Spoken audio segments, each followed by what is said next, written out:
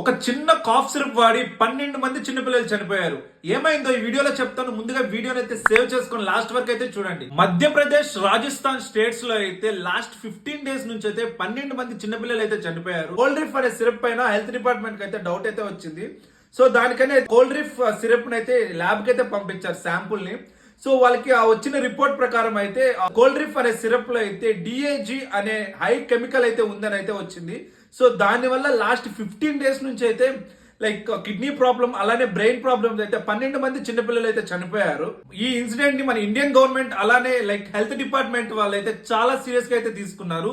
మధ్యప్రదేశ్ లో అలానే తమిళనాడు స్టేట్స్ లో అయితే ఈ సిరప్ ని అయితే కంప్లీట్ గా బ్యాన్ చేశారు.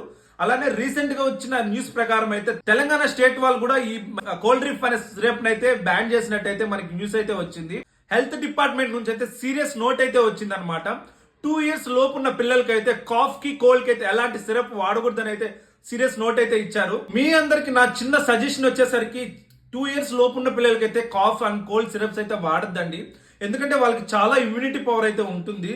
కాఫ్ అండ్ కోల్డ్ కి సిరప్స్ వాడితే వాళ్ళకి చాలా సైడ్ ఎఫెక్ట్స్ కూడా వస్తాయి అనమాట. సిరప్స్ వాడేటప్పుడు మ్యానుఫ్యాక్చర్ డేట్ కూడా చూసి వాడండి. ఎందుకంటే చాలా ఇంపార్టెంట్ అదైతే. Especially Coldrif batch number 13 syrup ఎవరైనా యూజ్ చేస్తుంటే అలానే ఎవరైనా పర్చేస్ చేస్తుంటే ఆ మెడిసిన్ అయితే యూజ్ చేయకండి. ఫర్దర్ గా ఇన్సిడెంట్ కి ఎవరిది మిస్టేక్ అనుకుంటున్నారో మీరైతే కమెంట్ చేయండి. అలానే ఈ వీడియోని అయితే చిన్న పిల్లలు ఉన్న పేరెంట్స్ కి అయితే షేర్ చేయండి. ఇలాంటి మోర్ ఇన్ఫర్మేషన్ వీడియోస్ కోసం అయితే కింద ఫాలో బటన్ అయితే నొక్కి పెట్టేసుకోండి. నెక్స్ట్ వీడియోలో మళ్ళీ కలుద్దాం. అంతవరకు సైనింగ్ ఆఫ్.